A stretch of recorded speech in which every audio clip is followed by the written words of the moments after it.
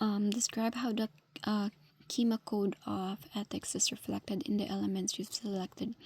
I've selected a lockbox and the release of information. So the elements that I've selected reflects in the principles that are in Principle 1, 3, and 10, which are to strive at all times to provide service consistent with the quality healthcare promotion and prevention. And then the number 3 is to perform duties diligently and offer only those services for which one is qualified. And number 10 is to respect the dignity and worth of every person. They reflect perfectly in the code ethics because they emphasize the importance of protecting the best interests of the client at all costs, protecting their health information to promote privacy and confidentiality, then disclosing only to those that are qualified, and finally protecting the dignity of a person by honoring their best interests. My example here is a school is seeking to access the personal health records of a 16-year-old student due to frequent absences, and the student regularly cites the hospital visits as the reason for missing its classes. Technically, the school is not allowed to view the health records of a student just because he is one of their students.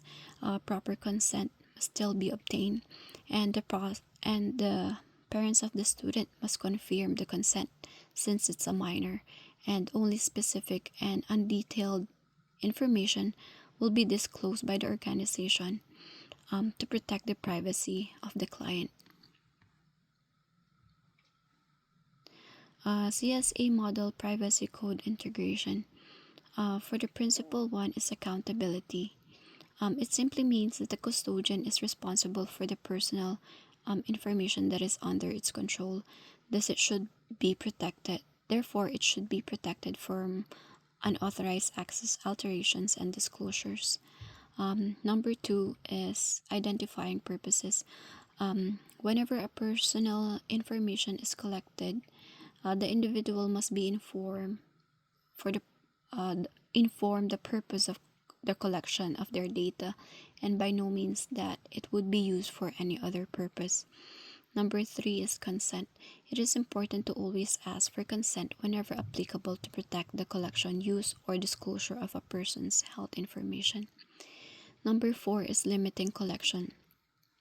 When collecting information, the collected information should be only what is necessary approved by the organization for collection. Number 5 is limiting use, disclosure, and retention. The collected information must only be used for what is initially collected for, and it is important that it is only kept for as long as it has served this purpose.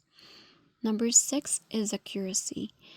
Personal information should be accurate, complete, and current to effectively fulfill its intended purposes. Number 7 is safeguards. Personal information must be protected by all means by any appropriate security measures that is relevant to the sensitivity of the information it protects. Openness.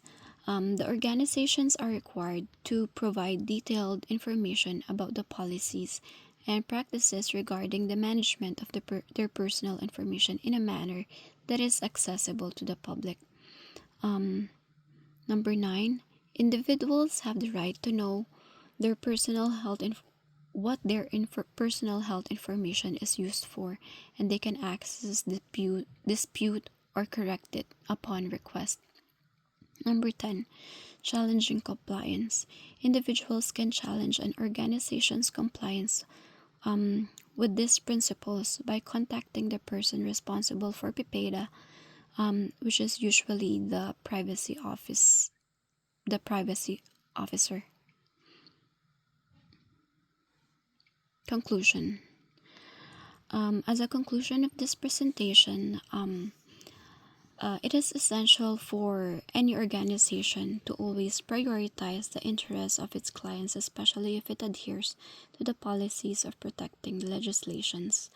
The privacy of the client should be protected, and the organization should always find ways to safeguard it from malicious third parties.